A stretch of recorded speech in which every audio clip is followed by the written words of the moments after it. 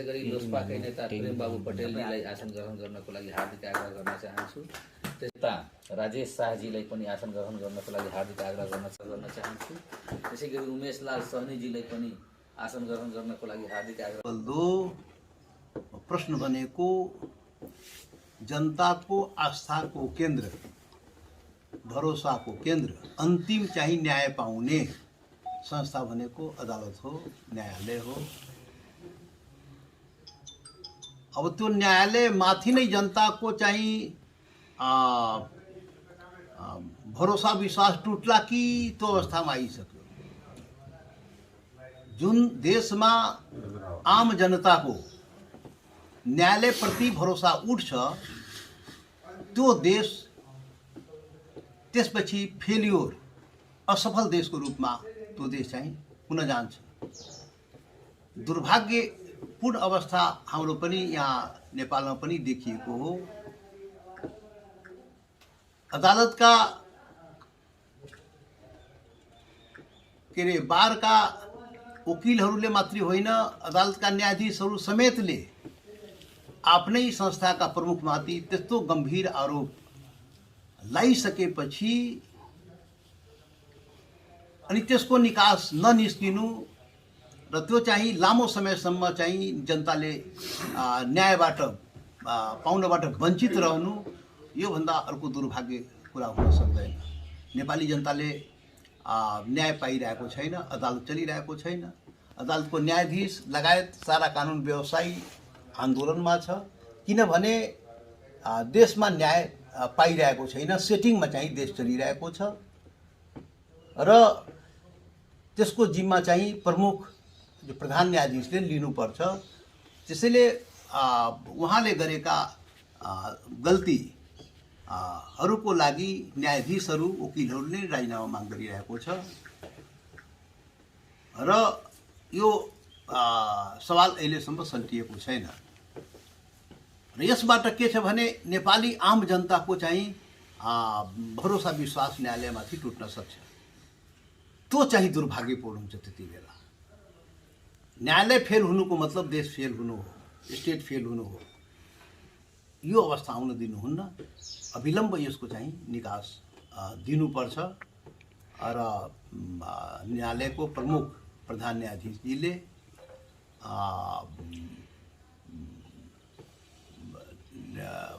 के अरे न्यायालय जस्तो संस्थाको गरिमालाई बचाउन अविलम्ब उहाँले चाहिँ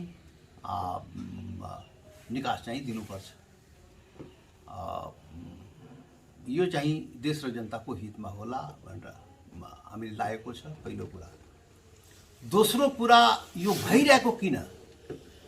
प्रधान न्यायाधीशले सेटिङमा अदालत चलाइरहेको छ, जनताले न्याय पाइरहेको छैन। सेटिङमा अदालत चलिरहेको छ, कसले सेटिङमा अदालतलाई चलायो? चलाउने को हो त? यो सेटिङमा प्रधान न्यायाधीशलाई चलाउने को त? यही यहाँका ठुला बडा दल भनाउँदा तिनीहरूले नै सेटिङमा न्यायालयले प्रयोग गरेको। यी काङ्ग्रेस, एमाले, माओवादी, यो तीनवटा पार्टी जो प्रमुख पार्टी हो, यिनीहरूको चाहिँ स्वार्थको लागि अदालतलाई दुरुपयोग गरेको, संविधानलाई दुरुपयोग गरेको, नियम कानुनलाई दुरुपयोग गरेको र आफ्नो पक्षमा चाहिँ सेटिङ गराएर फैसला गराउने, यी कुकर्महरू त यी पार्टीहरूले नै गराएको हो। यो काङ्ग्रेस, एमाले, माओवादीले नै गराएको हो। त्यो सर्वोच्च अदालतको प्रधान न्यायाधीश त दोषी त छँदै हो, किनभने त्यो कुर्सीमा बसेपछि पार्टीको सेटिङमा फैसला गर्न मिल्दैन। त्यो चाहिँ हेका चाहिँ प्रधान न्यायाधीशले, कुनै पनि न्यायाधीशले राख्नुपर्छ। तर त्यसको कहीँ न कहीँ दोषी यी सेटिङ गराउने यी ठुला बडा पार्टी, यो जिम्मा यो चाहिँ यो गराएको। त्यसैले आज चाहिँ निकास पाइरहेको छैन। यो चाहिँ अब प्रधान न्यायाधीशले चाहिँ अब त्यो उसको राजीनामा माग भइरहेको, राजीनामा दिइरहेको छैन। अनि कहाँबाट उसले पाइरहेको छ त? त्यत्रो चाहिँ देशभरिमा चाहिँ आन्दोलन चलिरहेको अवस्थामा उहाँले चाहिँ सुनिदिनु भएको छैन त? कारण के हो त? किनभने राजीनामा दिएन भने महाभियोग लगाउने रे, त्यो चाहिँ संसदबाट त्यो पार्टीको राजनीतिको कुरा हो। अनि त्यो चाहिँ महाभियोग लगाउने त्यो त काङ्ग्रेस एमाले माओवादीले मात्रै हो, तिनीहरूले लगाउन सक्यो भने मात्रै लाग्ने हो। त कताबाट पाइरहेछ, लिफ्ट कताबाट पाइरहेछ? त्यसैले सेटिङ गर्ने गराउने सबै यी तीन पार्टी समेत त्यसमा चाहिँ संलग्न रहेको छ। देशलाई बर्बाद गर्ने, देशलाई आफ्नो स्वार्थको लागि, आफ्नो दलीय स्वार्थको लागि, आफ्नो व्यक्तिगत स्वार्थको लागि चाहिँ अदालतलाई दुरुपयोग गर्ने, कानुन र संविधानलाई दुरुपयोग गर्दै यो काम चाहिँ, यो कर्तुत चाहिँ यहाँका ठुला बडा पार्टी बनाउँदाले नै यो अवस्था चाहिँ ल्याएको हो। त्यसैले देश र जनताको भरोसा चाहिँ टुट्नुहुन्न र देश र जनताको भरोसा अन्तिम भरोसा भन्ने न्यायालय हो र अन्तिम भरोसाको चाहिँ त्यो अवस्था पनि समाप्त भयो भने देश चाहिँ असफलतातर्फ जान्छ। त्यो चाहिँ असफल हुन दिनुहुन्न। यो चाहिँ समयमा सबैले सचेत चाहिँ हुनुपर्छ। थुप्रो कुराहरू छन्, यहाँहरू अब जिज्ञासा गर्नुहोस्। अब जे विषय यहाँलाई मन लागेको छ त्यसमा चाहिँ तपाईँको हिसाबले अब देशको निकासको लागि के गरिदिँदा ठिक हुन्छ? निकासको लागि अब यो प्रधान न्यायाधीशको राजीनामा माग्या हो, राजीनामा गर्नुपर्छ। अर्को प्रधान न्यायाधीश आउँछ अनि त्यसलाई पनि सेटिङमा यो काङ्ग्रेस एमाले माओवादीले गराउँदै त्यसको पनि ग्यारेन्टी छैन। भनाइको मतलब शासन र संविधान नै यिनीहरूको काम गर्ने तरिका र व्यवहार नै गलत हो। यसको मुख्य कारण के भने यो देश चाहिँ एकल राष्ट्रिय राज्यको चिन्तनबाट चलेको, यो नस्लीय चिन्तन सोचबाट देश चलाइरहेको। यो देश एकल जातीय देश होइन। यो पुरै कार्यपालिका, व्यवस्थापिका, न्यायपालिका सबै चाहिँ राज्यका अङ्ग सारा चाहिँ एकल चाहिँ चलिरहेको छ, एकल जातीय हिसाबले चलिरहेको छ। यो देश बहुराष्ट्रिय राज्य हो, यो नेपाल सबैको हो। यो देशको शासन र संविधान समावेशी हुनुपर्छ। सबै नेपाली जनताको लागि शासन संविधान बन्नुपर्ने थियो र त्यसले सन्तुलन ल्याउँथ्यो, तर त्यो अनुसार भएन। नेपालमा 7-7वटा संविधान बन्छ, त्यो एकल संविधान बनाउँछ, एकल रूपमा चाहिँ के अरे शासन चलाउँदो रहेछ। त्यो देशको समस्या भनेको त्यहाँ हो। यो चाहिँ यो जबसम्म यो देशलाई बहुराष्ट्रिय राज्यको रूपमा शासन र संविधान बनाइँदैन तबसम्म यो देशको यस्तै दुरुपयोग भइरहन्छ। कहिले कुनै संस्था, कहिले अख्तियारलाई दुरुपयोग गर्ने, कहिले अदालतलाई दुरुपयोग गर्ने आफ्नो स्वार्थको लागि। किनभने एकल हो, सबै एकल हो, सारा अङ्ग प्रत्यङ्ग एकल हो। एकल जातीय चिन्तन सोचबाट, औपनिवेशिक चिन्तन सोचबाट देशको सञ्चालन भइरहेको छ। त्यसैले यो देशको सबभन्दा ठुलो समस्या भनेको त्यो हो। यो देश बहुराष्ट्रिय राज्य हो, यो सबैको देश हो, यो सबै वर्ग समुदाय जातिको देश हो र त्यो अनुसार संविधान र शासन बनेन र चलाइएन। त्यहाँ दोष त्यहाँ हो। त्यसैले यसको समाधान भनेको यो देशको शासन र संविधान के भन्छ सम्पूर्ण नेपाली जनताको लागि बनाउनु पर्ने हो।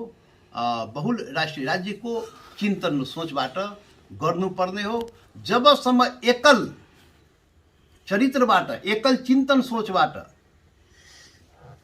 यो सबै काम गरिन्छ तबसम्म जनताले न्याय पनि पाउँदैन, यो अधिकार पनि पाउँदैन, पहिचान पनि पाउँदैन, सुशासन पनि रहँदैन, समृद्धि पनि हुँदैन। यो सबैको जड भनेको त्यहाँ हो। त्यसैले त्यो चाहिँ देशको समग्र समस्याको समाधान चाहिँ त्यो हो। अब नेताजी जस्तै अब तपाईँ हाम्रो लागि, तपाईँको लागि छुट्टा छुट्टै ओली सरकार, देउपा सरकार, प्रचण्ड सरकार छुट्टा छुट्टै होला।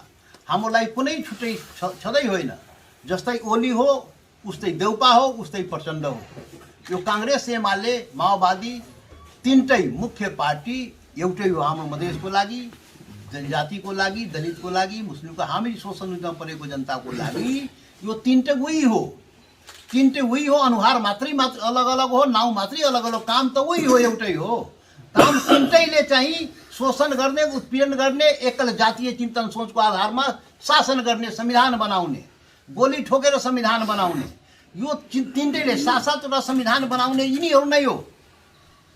यो चाहिँ मात्रै भन्दैछु, देश छोडेर जान मिल्दैन। देशको शासन प्रणालीमै हामीले समाहित हुने हो, त्यहीबाट न्याय पाउने हो, त्यहीबाट सङ्घर्ष गर्ने हो। कहीँ भित्र पसेर कहिले भित्र पसेर कहिले बाहिरबाट हो। त्यसैले किन जानु हो, त्यो त रणनीति हिसाबले पार्टी काम गर्छ। त्यो आफ्नो रणनीतिक हिसाबले पार्टी प्रयोग हुने हो, पार्टी प्रयोग गर्छ के अरे शासनलाई, पार्लियामेन्टलाई, सडकलाई प्रयोग गर्छ। हामी विभिन्न कालखण्डमा हामी सरकारलाई पनि विभिन्न सरकारलाई प्रयोग गरेको, विभिन्न के अरे पार्लियामेन्ट प्रयोग गरेको, सडक प्रयोग गरेको र आगामी दिन पनि हामी प्रयोग गर्छौँ। त्यसैले हाम्रो लागि त बराबर हो, केपी ओली होस् चाहे के अरे प्रचण्ड होस् चाहे देउपा होस्, तिनटै हाम्रो लागि बराबर हो। तिनटै यो देशको शासन र संविधान यो देशका ठुला काङ्ग्रेस कम्युनिस्टहरूले यो देशलाई चलाउने गरेको छ, बनाउने गरेको छ र त्यसमा चाहिँ यो अधिकार र पहिचानको जुन सवाल हो, सुशासन र समृद्धिको जुन सवाल हो, यो सवाल चाहिँ यो यसको कारक तत्त्व भनेको यहाँको मूल पार्टी हो। हामी त के अरे त्यो कहिले सरकार कहिले बाहिर हामी सङ्घर्ष गर्ने हो। केपी ओलीको सरकार पनि हामी सङ्घर्षै गर्न गएको हो। त्यहाँ पनि हाम्रो के अरे वर्षौँदेखि थाती परेको मुद्दाको लागि नै गएको हो। हाम्रो सैकड़ों कार्यकर्तामाथि मुद्दा थियो, यी केपी ओलीले सुनेन, देउपाले सुनेन, प्रचण्डले सुनेन। जब उसलाई सङ्कट पर्यो, उसको कुर्सी जब सङ्कटमा पर्यो अनि गर्छु भने भन्यो, सङ्कट परेको बेला न गर्ने हो। अनि सैकड़ों कार्यकर्तामाथि त्यो आन्दोलनकारी मुद्दा लागेको थियो, फिर्ता लिन्छु भनेपछि ल फिर्ता लिन्छु भने हामी गर्छौँ, के भयो र सहयोग गर्ने हामी। त्यो के भन्छ नि, यो नागरिकता बिल चाहिँ 3 वर्षदेखि पेन्डिङ राखेको थियो। अब लाखौँ के अरे जन्मसिद्धका सन्तानहरू सडकमा घुमिरहेको छ, नागरिकता पाएको छैन। त्यो बिल ल्याउनु थियो, त्यो अध्यादेश ल्याउँछु भनेर स्वीकार गरेपछि त्यहाँ सहयोग गर्न गरेको हो। संविधान सदनको सवाल थियो, जो केपी ओली संविधान सदनको नामै सुन्न नचाहने, औचित्य आवश्यकता कहिले देख्दै नदेख्ने, त्यसले त्यहाँ स्वीकार गर्यो म यो कार्यदल बनाएर कहाँ कहाँ सुधार हुन्छ त्यो अध्ययन गर्छु। यी कुराहरू सकारेपछि हामी उसलाई सहयोग गरेको। हामी चाहिँ त्यसै बिना आधार चाहिँ कुनै पनि सरकारलाई न सहयोग गरे न समर्थन आगामी दिनमा पनि त हुँदैन। त्यसको आधार हुन्छ, सङ्घर्षको एउटा रूप हो। त्यसैले विगतका दिनमा पनि हामी त्यही गऱ्यौँ, आगामी दिनमा पनि हामी त्यही गर्ने हो। हाम्रो लागि सबै बराबर हो। कसैलाई को त्यो के अरे यो प्रतिगमन र कसैलाई अग्रगमन होइन, सबै प्रतिगमनकारी नै हो। संविधान बनाउँदाखेरि सबै प्रतिगमन नै गरे हो। कसैले बढी गर्छ, कसैले कम गर्छ, आफ्नो मौका पऱ्यो भने तिनटैले गर्दो रहेछ के। त्यसैले हाम्रो लागि सब बराबर हो। प्रदेश 2 का मुख्यमन्त्री बेटी पढाओ अभियानको अख्तियारको प्रतिवेदनै गलत छ, अख्तियारको त्यो आपत्ति प्रकट गरेको छ प्रदेश 2 सरकारले। पहिलो कुरा त लोकसभा असंवैधानिक पार्टी भन्नु आफैमा असंवैधानिक कुरा हो। देशको संविधान अनुसार, कानुन अनुसार देशको पार्टीहरू बन्दो रहेछ। त्यो गलत, त्यस्ता गलत स्टेटमेन्टहरू हुन्न। र प्रदेश नम्बर 2 को सरकारको गतिविधि क्रियाकलाप सरकारको सम्बन्धित निकाय अख्तियार दुरुपयोगले हेरिरहेको छ र उसले अनुसन्धान चाहिँ गरिरहेको छ। हिजो जुन रिपोर्ट आयो त्यो रिपोर्ट अनुसार प्रारम्भिक चाहिँ उसमा के भन्छ नि अध्ययनमा, अनुसन्धानमा चाहिँ दोषी देखिएको छ। त्यो हिजो अख्तियारले दिएको रिपोर्ट हो। अब डिटेलमा चाहिँ अख्तियारले फेरि छानबिन जारी नै राखेको छ, गर्छ पनि। त यो जिम्मा चाहिँ लिनुपर्छ। त्यो चाहिँ प्रदेश सरकारले त्यो जिम्मा लिने हो। त्यो अनियमितता भएको छ भन्ने त्यो चाहिँ दण्डित हुनुपर्छ, स्वाभाविक हो। र नैतिकताका आधारमा राजीनामा दिने हो। नैतिकता भन्ने कुरा अरूले पढाएर यो हुने कुरा होइन। नैतिकता आफै महसुस गर्ने कुरा हो। जब आरोप लाग्यो र प्रारम्भिक के भन्छ अनुसन्धानबाट दोषी देखियो भने बाटो प्रशस्त गर्ने, के अरे उसको लागि, अनुसन्धानको लागि बाटो प्रशस्त गर्ने, त्यो चाहिँ नैतिक रूपले आफै बुझ्ने कुरा हो। त्यो कसैले राजीनामा मागेर राजीनामा दिने हो र आउने हो, त्यो चाहिँ आशा गर्नु बेकार छ। त्यसैले प्रथम उसमा लागिसकेपछि आफै बुझ्नुपर्ने हो। उहाँ आफै बुझ्नुपर्छ यो निष्पक्ष अनुसन्धानको लागि बाटो प्रशस्त कसरी गर्ने हो, त्यो मुख्यमन्त्रीमाथि निर्भर गर्छ। अब नैतिकताको हामी वीरगञ्ज पहिले पनि प्रिय छ, अहिले पनि प्रिय छ। र वीरगञ्ज मात्रै प्रिय होइन, पुरै देशै प्रिय हो, पुरै मधेस नै प्रिय हो। आन्दोलन पुरै मधेसमा भएको थियो, वीरगञ्जमा पनि भएको थियो। मेरो जिम्मा वीरगञ्ज भएको वीरगञ्जको कुरा बढी गर्थेँ, स्वाभाविक हो। अहिले पनि गरिरहेको छु। त्यसैले राजधानी त कुनै प्रदेश नम्बर 2 को कुनै ठाउँमा हुने नै हो नि त। जनकपुर राजधानी हुने कुनै गलत काम भएको छैन, त्यो पनि अस्थायी राजधानी हो। स्थायी राजधानी संविधान सभाले तोक्ने हो, त्यो मैले तोक्ने होइन। तर अस्थायी राजधानी जुन जनकपुर तोकिएको त्यो कुनै गलत भएकै होइन नि त। स्थायी राजधानी वीरगञ्ज पनि तोक्न सक्छ, त्यो विधानसभाको अधिकार हो। त्यसैले त्यसमा मैले भन्नु केही छैन। जो अधिकार विधानसभाको हो त्यसमा मैले टिप्पणी गर्न उचित हुँदैन। त्यसैले वीरगञ्ज राजधानी तोक्यो भने पनि कुनै आपत्ति छैन, जनकपुर तोक्यो पनि कुनै आपत्ति छैन। त्यसैले तपाईँहरूले पनि कुनै आपत्ति गर्ने ठाउँ छैन, जरुरी पनि छैन। यस्ता नो नो नो यस्ता प्रश्नै उठाउने गलत हो। वीरगञ्ज पनि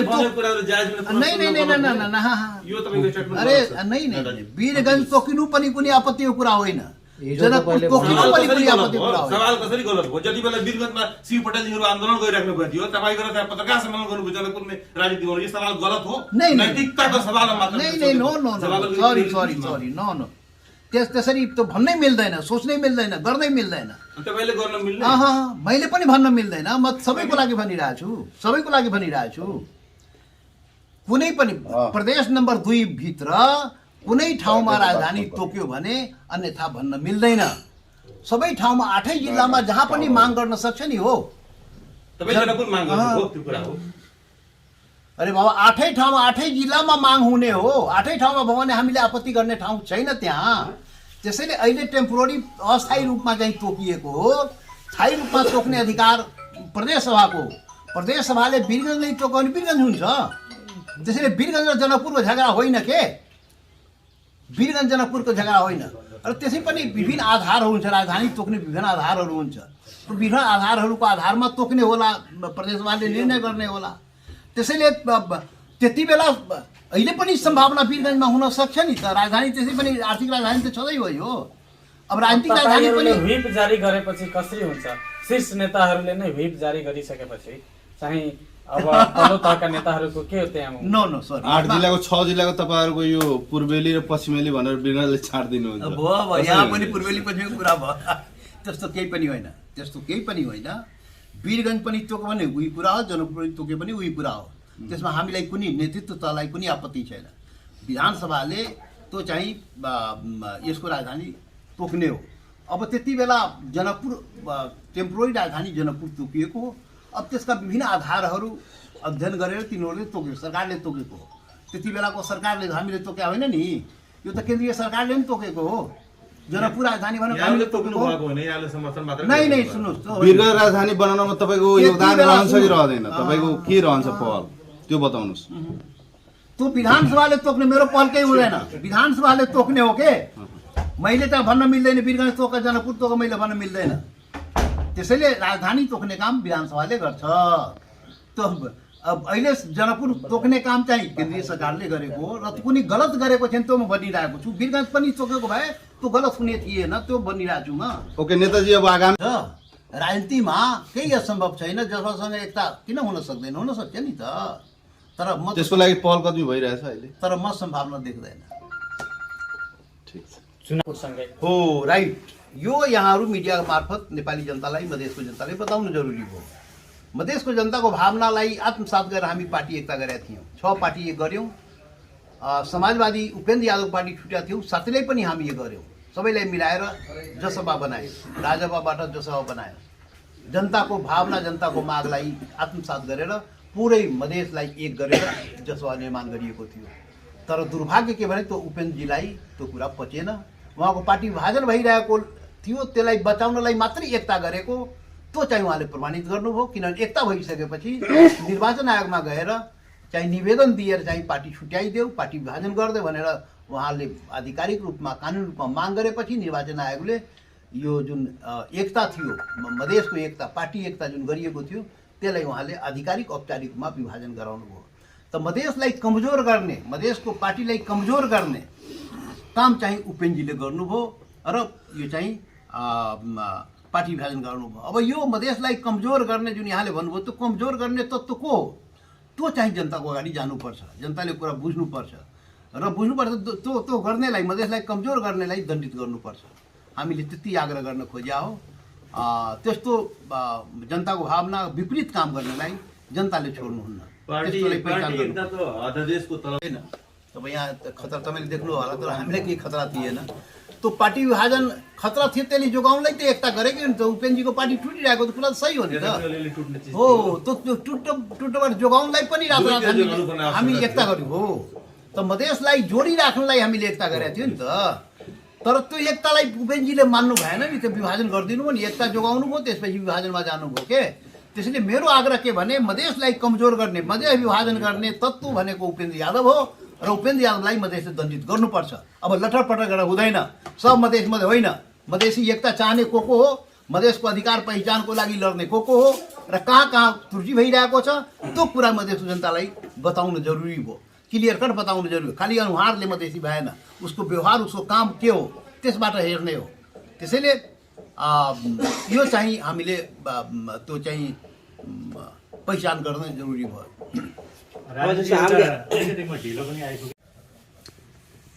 हेर्नुहोस्, राजनीतिक दल भएकोले निर्वाचन पनि एउटा सङ्घर्षको रूप हो। हामी अधिकार पहिचानको राजनीति गर्ने पार्टी हौँ र अधिकार पहिचानको लागि सङ्घर्ष बाहेक अर्को कुनै विकल्प छैन। निर्वाचनलाई पनि एउटा सङ्घर्षकै हतियारको रूपमा हामीले प्रयोग गर्ने हो। त्यसैले निर्वाचन जब देशमा हुन्छ हामी त्यसमा पनि होमिन्छौँ, तर मुख्य लक्ष्य भनेको अधिकार र पहिचानको लागि हामी सङ्घर्ष गर्ने हो। अधिकार पहिचान, सुशासन र समृद्धिको लागि हामी लडिरहेको यो देशमा म तपाईँ आउनुभन्दा पहिले यो कुरा म सुरुमै भनेको थिएँ, यो देशको दुर्दशाको एउटा मात्रै कारण हो, यो देशको बर्बादीको एउटा मात्रै कारण हो, यो देशमा सुशासन समृद्धि छैन त्यसको मात्रै एउटै कारण हो, यो देशमा अधिकार पहिचान जनताले पाएन त्यसको एउटा मात्रै कारण हो। त्यो कारण हो यो देशको शासन र संविधान एकल जातीय राज्यको चिन्तन र सोचबाट चलाइएको हो। त्यसबाट नेपालले मुक्ति पाउनुपर्छ। एकल चिन्तन सोचबाट, एकल राष्ट्रिय चिन्तन सोचबाट नेपालले मुक्ति पाउनुपर्छ। नेपाल भनेको सबै नेपालीको, हिमाल पहाड तराई मधेसमा बस्ने सबै वर्ग समुदाय जातिको नेपाल हो। यो कुनै एउटा जातको देश होइन। यो नेपाल बहुलताले भरिएको देश हो, बहुल राष्ट्रिय राज्य हो यो। त्यसैले त्यो मान्यतालाई जबसम्म स्वीकार गरिँदैन, त्यो मान्यताको आधारमा जबसम्म संविधान र शासन नेपालमा चलाइँदैन तबसम्म यो विकृतिहरू आइरहन्छ। यो देशको समृद्धि हुँदैन, जनताले अधिकार र पहिचान पाउँदैन, विभेद रहन्छ, जनताप्रति विभेद रहन्छ। एउटा नेपाली नागरिक हो त नेपाली जनता हो, नेपाली जनताले पाउने जुन व्यवहार हो, जुन पाउने पहिचान हो, जुन पाउने अधिकार हो त्यो पाइरहेको छैन। यो कारण त्यो हो देशमा। यो देशमा सम्पूर्ण नेपाली भएर चाहिँ बाँच्न पाएन। हिमाल पहाड तराई मधेसका सबैले एउटा सबल नेपाली, सक्षम नेपाली, के भन्छ नि अधिकार सम्पन्न र पहिचान सहितको नेपाली भएर बाँच्न पाएन। त्यसको लागि हामी यो पार्टी स्थापित गरेका हौँ र यसको लागि विभिन्न कालखण्डमा भनौँ 30 वर्षदेखि सद्भावना पार्टी हुँदाहुँदै आज हामी लोकसभा आइपुगेका छौँ। नामहरू परिवर्तन भएको छ, नामहरू परिवर्तन हुन्छ। उद्देश्य प्राप्तिको लागि सङ्घर्षको क्रममा बाटोहरू के भन्छ यो चाहिँ यो अवस्था आउँछ, नामहरू परिवर्तन हुन्छ। त्यसैले यो पार्टीको मूल, हाम्रो मूल चाहिँ लडाइँ भनेको देशमा अधिकार पहिचानको लडाइँ हो, सुशासन समृद्धिको लडाइँ हो र त्यसको लागि यो देशलाई एकलबाट बहुलतामा लैजाने हो। त्यसको लागि हामी सङ्घर्ष गरेका हौँ र सङ्घर्ष गर्दाखेरि हामी अब म हिजो पनि भनेको थिएँ, अबको सङ्घर्ष काठमाडौँ केन्द्रित, सिंहदरबार केन्द्रित चाहिँ सङ्घर्ष हुन्छ हाम्रो। अब यो वीरगञ्ज केन्द्रित सङ्घर्ष गएर वीरगञ्ज मधेसको जनताले धेरै दुःख पाए तर पाउँदैन।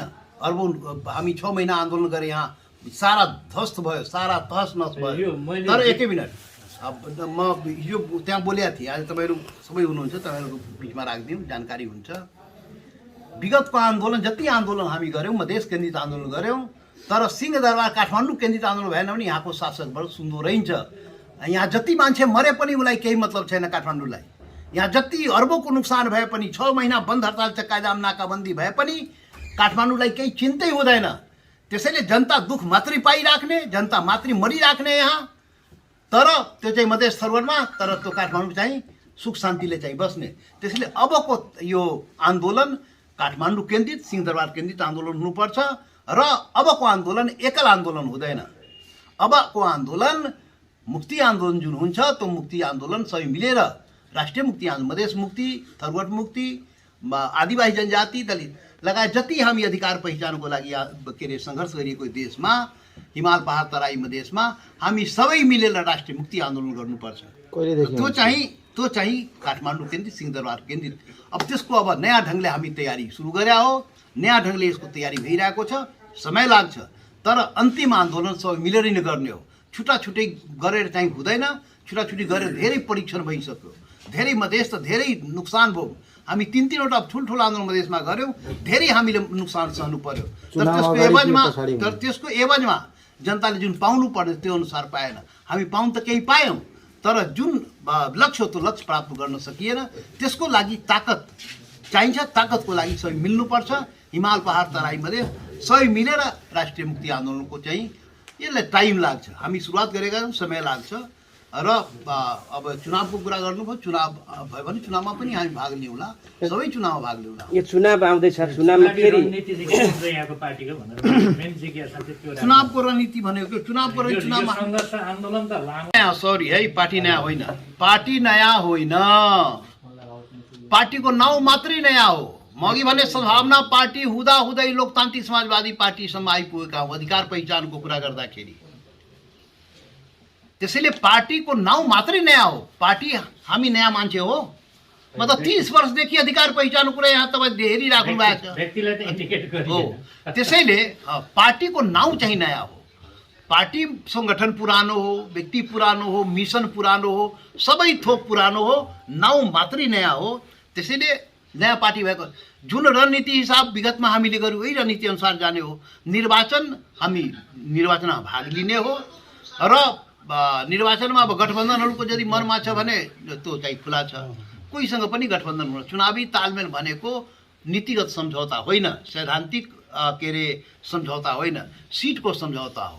निर्वाचनमा कोहीसँग काङ्ग्रेस एमाले माओवादीसँग कोहीसँग सम्झौता यदि भयो भने त्यो सिटको एडजस्टमेन्ट मात्रै हो। त्यो सिटको एडजस्टमेन्ट जोसँग मिल्छ उहीसँग चुनावी तालमेल हुन सक्छ, गर्न सकिन्छ र त्यसको सम्भावना चाहिँ छ। जसपासँग किन अप्ठ्यारो छ भने अहिलेसम्म अप्ठ्यारो छ, जसपाले आफ्नो चरित्र जुन देखायो त्यो चाहिँ एकता विरोधी चरित्र देखाइदियो।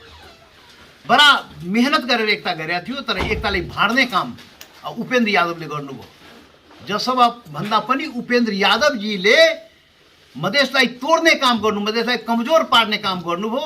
त्यसैले उपेन्द्रजीसँग जुन एकता चाहेकै होइन उसँग त फेरि कसरी होला त, अप्ठ्यारो छ। पार्टीको निर्णयअनुसार निर्वाचनमा त हामी सबै जाने हो। निर्वाचन उम्मेदवारीको कुरा गरेँ मैले। उम्मेदवारी नेताहरू उम्मेदवारबाट भागेर अनि युवालाई लडाउँछु भन्न मात्रै हुँदैन। नेताहरू पनि निर्वाचन भनेको सङ्घर्ष हो के, त्यो सङ्घर्षमा पार्टीका नेताहरू होइन म समानुपातिकतिर जान्छु, म लड्दैन अनि अरूलाई लडाउँछु, त्यो पनि त्यो हुँदैन। नेता पनि सङ्घर्षमा जानुपर्छ, त्यो पनि सङ्घर्ष हो। त्यो जनताको बिचमा जानुपर्छ, सङ्घर्ष गर्नुपर्छ। नेता चाहिँ डराउनुहुन्न। नेता चुनावबाट भाग्यो भने अनि कार्यकर्ता चाहिँ बिर्न जाने, नेता चाहिँ भाग्ने, त्यो हुँदैन। नेता पनि त्यो सङ्घर्षमा भाग लिनुपर्छ, निर्वाचनमुखी सङ्घर्षमा भाग लिनुपर्छ र सडकको सङ्घर्षमा पनि हामी सबै नेता पनि भाग लिनुपर्छ। भनेको अझै मन्त्री प्रधानमन्त्री हुने यता बाटोमा जानु मन छ अझै। अब त्यो त म भने त्यो सङ्घर्षको रूप हो। त्यो सडकमा लड्ने, संसदमा लड्ने, सरकारमा गएर लड्ने, मन्त्री भएर लड्ने, प्रधानमन्त्री भएर लड्ने, त्यो त गर्छ। त्यो त रणनीति हो, त हाम्रो हामी गर्छौँ, त्यो प्रयोग हामी गर्छौँ। र म तपाईँले भन्छु, सुन्नुहोस्, राम्रोसँग सुन्नु होला, एकचोटि सुन्नुहोस्, सबैजना सुन्नुहोस्। तपाईँ पत्रकार यो कुरा सुन्न बहुत जरुरी हो के। यो हल्का प्रश्नहरू आइरहन्छ के, मन्त्री हुनुभयो अनि फेरि मन्त्री बन्नुहुन्छ, अरे मन्त्री नबन्ने त के बन्ने हो? म यो कुरा भन्दाखेरि, यो विभेदको कुरा गर्दाखेरि यो देशमा यो विभेद भयो, यो सबैको देश हो नेपाल, सबै नेपालीको हो, कुनै एउटा जातको नेपाल होइन। यो एउटा जातले चलाएको नेपाल 80% 90% एउटा जातले पुरै देशलाई भरेछ। कार्यपालिका, व्यवस्थापिका, न्यायपालिका सारा अङ्ग प्रत्यङ्ग एउटा जातको देश हो। यो 12% देशको आबादी हो, त्यसमा पनि 1% त्यो खाली मुहाली राख्नेले देश चलाइरहेको छ। यसको विरुद्धमा हामी सङ्घर्ष गरिरहेको हो। यो देश सबैको समावेशी समानुपातिक शासन प्रणाली हुनुपर्छ, संविधानमा लेखिनु पर्यो, विभेद हटाउनु पर्यो, यसको लागि लडिरहेको र यो आवाज 30 वर्षदेखि उठाइरहेको, तर कसैको कान पुग्दैन। तर जब देशको कुर्सीमा नस्लवादी शासकको कुर्सीमा बसेर ऊ प्रधानमन्त्री भनेको कुर्सी त्यो नस्लवादी शासकको कुर्सी हो, एकल जातीय कुर्सी हो। त्यो कुर्सीमा एउटा मधेसी बसेर, पहिचानवादी नेता बसेर जब बहुलताको कुरा गर्छ अनि आगो लाग्छ यो देशमा। त्योभन्दा पहिले आगो लाग्दैन, त्योभन्दा पहिले पुतला जलाइँदैन। तर त्यो कुर्सीमा बसेपछि, त्यो उप प्रधानको कुर्सीमा म स्वयं बसेर जब यो देश एकल जातीय देश होइन, यो बहुल राष्ट्रिय राज्य हो, बहुल राष्ट्रिय राज्यको लागि अब राष्ट्रिय मुक्ति आन्दोलन गर्नुपर्छ भनेर भन्दाखेरि आगो लाग्यो। त त्यो कुर्सीको प्रयोग त्यति बेला भयो त, त्यो प्रयोगको लागि पनि ठाउँमा हामी जानुपर्छ। त्यो ठाउँमा गएर भनेपछि बल्ल चाहिँ सुन्दो रहेछ, दुनियाँले सुन्दो रहेछ र शासक वर्ग वा त्यो पृष्ठपोषकलाई त्यो चाहिँ त्यति बेला धक्का लाग्छ। त्यसैले त्यसको प्रयोग गर्ने नै हो। म त प्रयोग गरेँ नि। 18 दिनमा मेरो उपलब्धि भनेको एउटा मात्रै हो। 18 दिनमा म त 3वटा उपलब्धि गराएँ। त्यो त नागरिकतावाला विधेयक हो रे, त मुद्दा फिर्ता भयो रे, त्यो त टेक्निकल कुरा हो। तर एउटा उपलब्धि 18 दिनमा मैले एउटा उपलब्धि, कुर्सीमा बस्ने बित्तिकै मैले भने यो एकल जातीय राज्य होइन, यो बहुल राष्ट्रिय राज्य हो र यसको लागि राष्ट्रिय मुक्ति क्रान्ति गर्नुपर्छ भनेपछि एकल चिन्तन सोच राख्नेको आगो लाग्यो नि त। पुतला दहन भयो पुरै देशभरिमा, अनि प्रचार प्रसार भयो नि त देश र दुनियाँमा। यो देश एकल जातीय देश चलिरहेको छ, बहुल राष्ट्रिय राज्यको लागि माग भइरहेछ, यसको लागि राष्ट्रिय मुक्ति आन्दोलनको कुरा भइरहेको, त्यो कुरा सन्देश त पुग्यो नि। त्यसको प्रयोग मैले गरेँ नि त। त्यसैले त्यो कुर्सी जान जरुरी छ। सत्ता भोगको लागि होइन कि त्यो अधिकार पहिचानको आन्दोलनको लागि, त्यसको लागि चाहिँ जान जरुरी छ। त्यो हामीले प्रयोग गरेको, आगामी दिनमा पनि प्रयोग गर्ने हो के किदैन। हामी तपाईँको यहाँका मान्छेले गरिदिएपछि नै हामीले के गर्ने हो? किन नआउन सकेको के छ भने मिडियामा अब सबैजना मिडियामा टाउको मूल्य तोक्ने आन्दोलन हामी गर्दैनौँ।